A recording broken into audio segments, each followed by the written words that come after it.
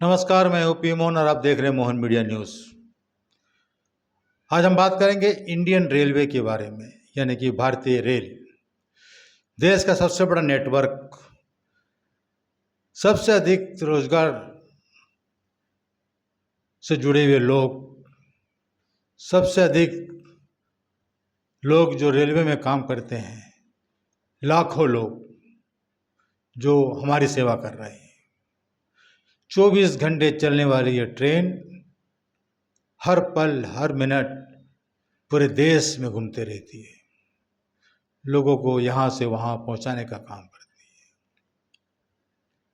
है। लेकिन मेरे मन में बहुत दिनों से विचार आ रहा था कि इतनी बड़ी नेटवर्क, सब सारी सुविधाएं होने के बावजूद भी लंबी दूरी की गाड़ी में कोई भी चिकित्सा सुविधा नहीं है हमारे पास।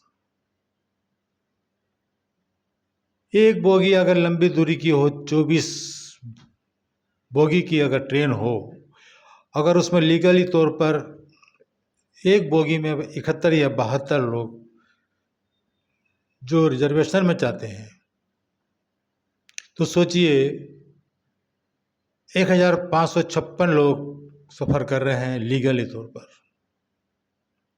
उसके अलावा सामान्य बोगी भी तो है, जिससे टिकट लेकर ये सफ़र करते हैं। तो मान लो 2500 लोग एक ट्रेन में सफ़र करते हैं और ये दूरी कम से कम 36 घंटे की हो, 48 घंटे की भी हो सकती है, या 4 दिन के सफ़र भी हो सकता है, 6 दिन का भी सफ़र हो सकता है।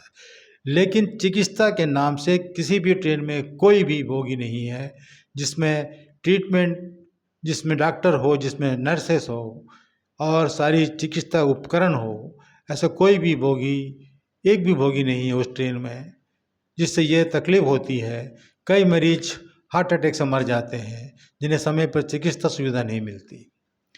अगर ये लंबी दूरी की गाड़ी में एक छोटी सी बोगी क्यों ना हो, उसमें अगर डॉक्टर हो, 2 डॉक्टर हो और 2-4 नर्सेस हो, ऑक्सीजन की सुविधा हो, ऑपरेशन करने की सुविधा हो, फर्स्ट एड की पूरी सुविधा हो, तो ट्रैक में कोई गिर जाता है, कोई घायल हो जाता है, तो उसको हम उस ट्रेन में, उस बोगी में जहाँ चिकित्सा सुविधा बोगी है, मेडिकल बोगी कहेंगे उसको हम, तो उसमें हम उसको इलाज करा कर उसकी जान बचा सकते हैं।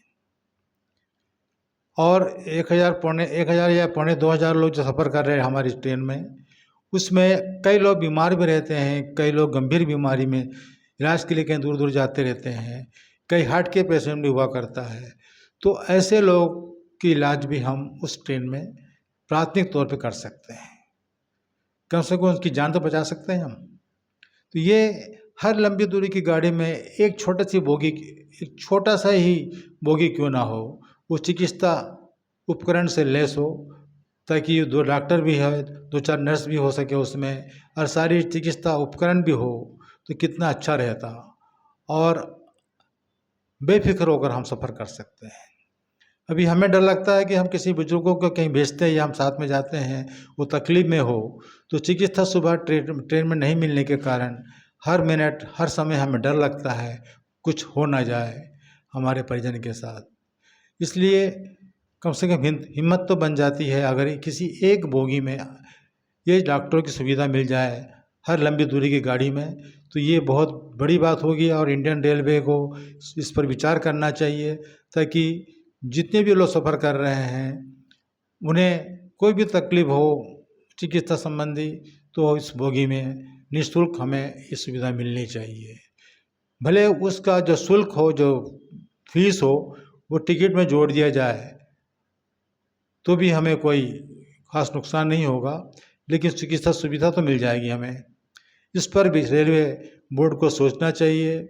सबसे बड़ा नेटवर्क है, सबसे अधिक ट्रेनें हमारे देश में हैं, हर पल 24 घंटे चलते रहती है, पटरी पर दौड़ते रहती है, लेकिन वो सफ़र करने वाले व्यक्तियों को, उस यात्रियों को हमेशा मन में एक डर रहता है कि मैं तो हार्ट का पेशेंट हूँ, ये मेरे को तकलीफ़ बहुत ज़्यादा है, मुझे चिकित्सा सुविधा नहीं मिलने के कारण मैं ट्रेन में कभी भी मेरे साथ कुछ भी घटना हो सकती है, मेरी जान भी जा सकती है।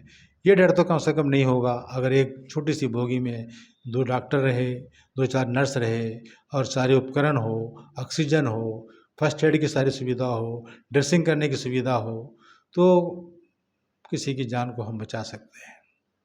क्योंकि ये तो ट्रेन है, 2-4 दिन हमें सफ़र करना होता है ट्रेन में, तो ये सुविधा नहीं मिले तो बड़ी अफ़सोस की बात है कि हमारे देश का नेटवर्क रेलवे का जो इतना बड़ा है, ये सब हमें कुछ ना कुछ कमी महसूस होगी।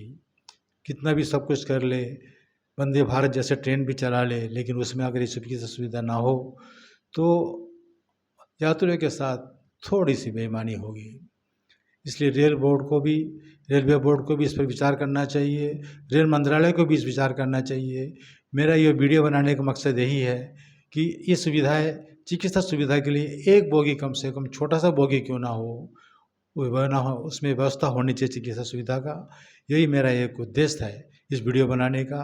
और दूसरी एक समस्या और भी है, जितने सीनियर सिटीजन हैं जो 60 साल के हो चुके हैं, जिनकी रेलवे कंसेशन बंद हो चुका है, जो बीमारी कोरोना के समय जो तकलीफ़ें हुई थी, जिसके कारण रेलवे कई दिनों तक बंद रही और वो जो भरपाई या नुकसान हुआ है वो नहीं हो पाया, जिसके कारण ये जो कंसेशन जो रेलवे का था 60 साल के से अधिक लोगों को जो देने का था, उसे बंद रखा गया था।